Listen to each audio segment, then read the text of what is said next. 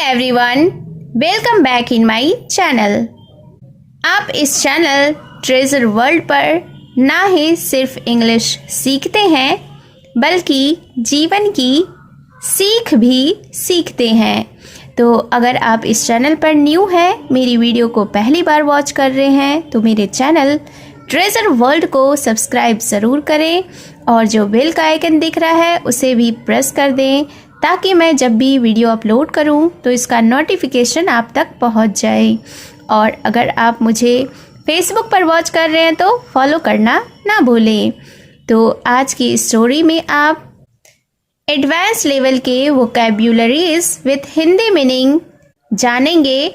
इसके साथ ही स्टोरी को रीड करना और इंग्लिश वर्ड्स के करेक्ट प्रोनाउंसिएशन के बारे में जानेंगे और जो इस स्टोरी में फ्रेज यूज़ हुए हैं उसे भी आप बिल्कुल डिटेल में जानेंगे। तो चलिए स्टार्ट करते हैं आज का यह इंटरेस्टिंग मॉरल स्टोरी। आज के स्टोरी का टाइटल है ट्रस्ट इन गॉड। ट्रस्ट का अर्थ होता है विश्वास या भरोसा। गॉड का अर्थ होता है ईश्वर या भगवान। तो शीर्षक का अर्थ हुआ ईश्वर पर विश्वास करो या यूँ कह सकते हैं कि भगवान पर भरोसा रखो। So let's begin the story. Once a man in cloudy weather with zero visibility was climbing. Once का अर्थ होता है एक बार, अ मैन यानी एक व्यक्ति, इन क्लाउडी वेदर। क्लाउडी का अर्थ होता है बादलों से भरा हुआ। क्लाउड का अर्थ होता है बादल, क्लाउडी यानी कि बादलों से भरा हुआ, वेदर यानी कि मौसम। विथ ज़ीरो विजिबिलिटी, ज़ीरो यानी कि शून्य, विजिबिलिटी, विजिबल का अर्थ होता है दिखाई देना, विजिबिलिटी, ज़ीरो विजिबिलिटी यानी कुछ दिखाई नहीं दे रहा था, वॉज यानी था, क्लाइंबिंग। क्लाइंब का अर्थ होता है चढ़ना यानी पहाड़ पर चढ़ना, उसे क्लाइंब कहते हैं। और वॉज क्लाइंबिंग यानी कि चढ़ रहा था। तो इस सेंटेंस को फिर से समझते हैं। वंस यानी एक बार, a man in cloudy weather with zero visibility was climbing. एक आदमी या एक व्यक्ति बादलों से भरे मौसम में जहाँ कुछ भी दिखाई नहीं दे रहा था, चढ़ाई कर रहा था। He was only a few feet away from the top of the mountain. He यानी कि वह, was यानी था, only का अर्थ होता है केवल या सिर्फ, a यानी एक, few feet, few यानी कुछ, feet, away, अवे का अर्थ होता है दूर, फ्रॉम यानी से, द टॉप, टॉप यानी शिखर या चोटी, ऑफ द माउंटेन, माउंटेन यानी कि पहाड़। तो इस सेंटेंस को समझते हैं। He was only a few feet away from the top of the mountain, यानी कि वह पहाड़ की चोटी से सिर्फ कुछ ही फीट की दूरी पर था। He slipped and fell into the air, falling at a great speed. He slipped, slipped यानी कि फिसला। He slipped यानी कि वह फिसला, and fell और गिरा, into the air, air यानी कि हवा, into the air यानी हवा में। तो he slipped and fell into the air, वह फिसला और हवा में गिर पड़ा। Falling at a great speed. अब यह जो सेंटेंस है falling at a great speed, यह एक फ्रेज है। अब मैं यहाँ पे क्लियर कर दूँ कि फ्रेज होता क्या है यानी किसे कहते हैं। तो फ्रेज शब्दों का वह समूह जो किसी पूरे विचार को बताता है लेकिन उसके पास सब्जेक्ट और प्रेडिकेट यानी कि वर्ब की पूरी स्ट्रक्चर नहीं होती। यानी फ्रेज अकेले कंप्लीट सेंटेंस नहीं बनता, सिर्फ मीनिंग या आइडिया देता है। जैसे कि example, falling at a great speed. अब यहाँ पे जो यह सेंटेंस है falling at a great speed, यह फ्रेज है। अब क्वेश्चन आता है कि क्यों यह एक फ्रेज है। तो आंसर यह होगा कि चूंकि इसमें सब्जेक्ट प्लस वर्ब यानी कि सब्जेक्ट और वर्ब पूरा नहीं है। इस सेंटेंस में आप देख सकते हैं ना ही सब्जेक्ट है और ना ही वर्ब है। यह सिर्फ बता रहा है कि कैसे गिर रहा था।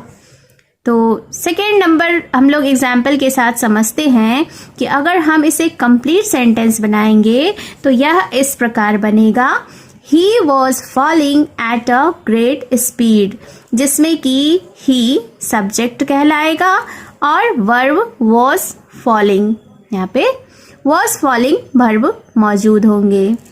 तो उम्मीद है कि आप सभी को फ्रेज समझ आ गया होगा। तो अब इसका हिंदी अर्थ देखते हैं। तो falling at a great speed यानी बहुत तेज गति से गिर रहा था। तो इस कंप्लीट सेंटेंस को देख लेते हैं। He slipped and fell into the air falling at a great speed। वह फिसला और हवा में गिर पड़ा, बहुत तेज गति से गिर रहा था। He kept falling and remembered all good and bad episodes of his life। He kept falling, fall का अर्थ होता है गिरना। He kept falling यानी कि वह गिरता रहा, यानी कि गिरने का जो काम है वह भी ख़त्म नहीं हुआ, वो कंटिन्यू है यानी जारी है।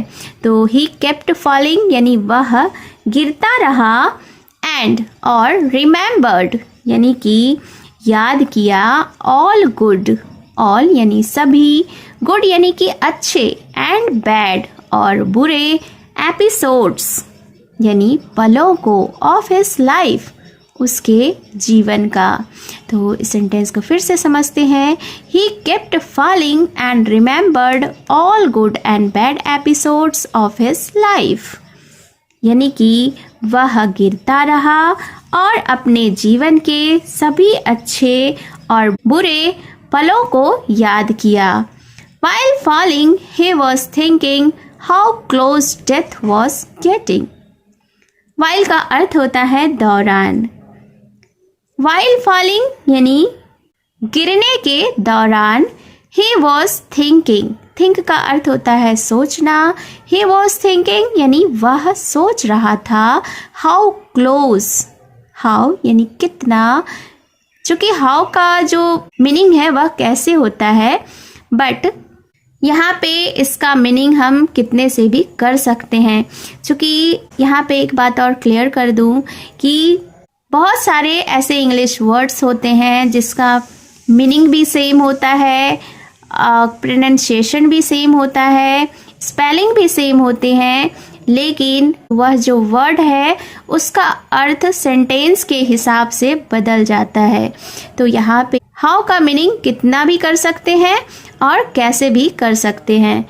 क्लोज का अर्थ होता है पास, डेथ यानी कि मृत्यु, वॉज गेटिंग यानी ला रहा था। तो इस सेंटेंस को फिर से समझते हैं। While falling he was thinking how close death was getting, यानी कि गिरते हुए वह सोच रहा था कि मौत कितनी पास आ रही थी। Suddenly he felt a rope tied to his waist. Suddenly यानी कि अचानक, ही फेल्ट यानी उसने महसूस किया, अ रोप, रोप का अर्थ होता है रस्सी, अ रोप यानी एक रस्सी, टाइड यानी कि बंधी थी, टू हिज वेस्ट, वेस्ट का अर्थ होता है कमर। तो फिर क्या हुआ, इस सेंटेंस को समझते हैं कि suddenly he felt a rope tied to his waist, यानी कि अचानक उसने अपनी कमर में बंधा हुआ एक रस्सा महसूस किया। It pulled him very hard, pulled यानी कि खींचा, हिम यानी उसे, वेरी हार्ड यानी बहुत जोर से। तो it pulled him very hard यानी कि उसने उसे बहुत जोर से खींचा। Hold only with a rope he requested God to help him. Hold only with a rope, यानी केवल एक रस्सी पर लटका हुआ he रिक्वेस्टेड, उसने प्रार्थना की या आग्रह किया, गॉड यानी ईश्वर से, टू हेल्प हिम, उसकी मदद करने की। तो इस सेंटेंस को फिर से समझते हैं कि केवल एक रस्सी पर लटका हुआ उसने ईश्वर से, भगवान से मदद की प्रार्थना की। Just then a deep voice came from the sky. Just then यानी तभी, अ डीप वॉइस, डीप यानी गहरी, वॉइस यानी कि आवाज़। तो अ डीप वॉइस यानी एक गहरी आवाज़, केम यानी आई, फ्रॉम द स्काई, स्काई का अर्थ होता है आसमान। तो फिर क्या हुआ कि तभी एक गहरी आवाज़ आसमान से आई।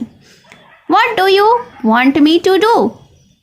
अब वह आवाज़ कह रही थी, क्या कह रही थी कि तुम क्या चाहते हो कि मैं क्या करूं? Save me, God. Do you really think I can save you? अब यहाँ से सेंटेंस को समझते हैं। Save me, save का अर्थ होता है बचाना, सुरक्षा करना। तो उस इंसान ने, उस आदमी ने, जो व्यक्ति गिर रहा था, तो उसने ईश्वर से आग्रह करते हुए, प्रार्थना करते हुए कहा कि सेव मी गॉड, कि ईश्वर मुझे बचा लो। Do you really think I can save you?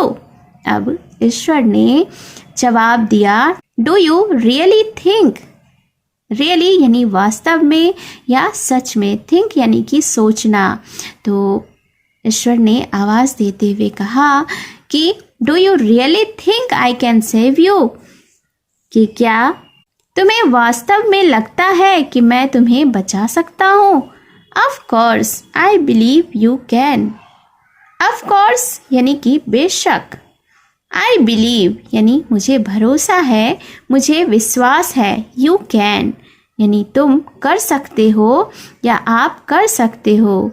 तो उस इंसान ने जवाब देते हुए ईश्वर से कहा कि बेशक मुझे विश्वास है कि आप मुझे बचा सकते हो। Then hold the rope tied to your waist tightly.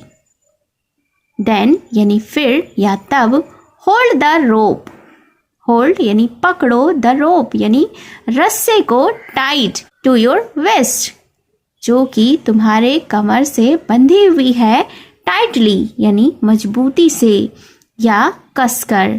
तो फिर आगे ईश्वर ने कहा कि then hold the rope tight to your waist tightly. तो फिर अपनी कमर से बंधी रस्सी को कसकर पकड़ो। There was a moment of silence and the man decided to hold into the rope with all his strength. Moment का अर्थ होता है पल, साइलेंस यानी कि शांति या सन्नाटा। तो there was a moment of silence यानी कि कुछ पल के लिए पूरी तरह सन्नाटा छा गया।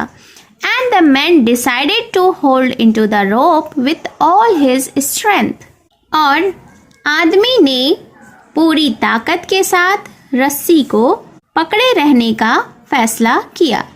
Next day, he was found alive, hanging and holding tight from a rope.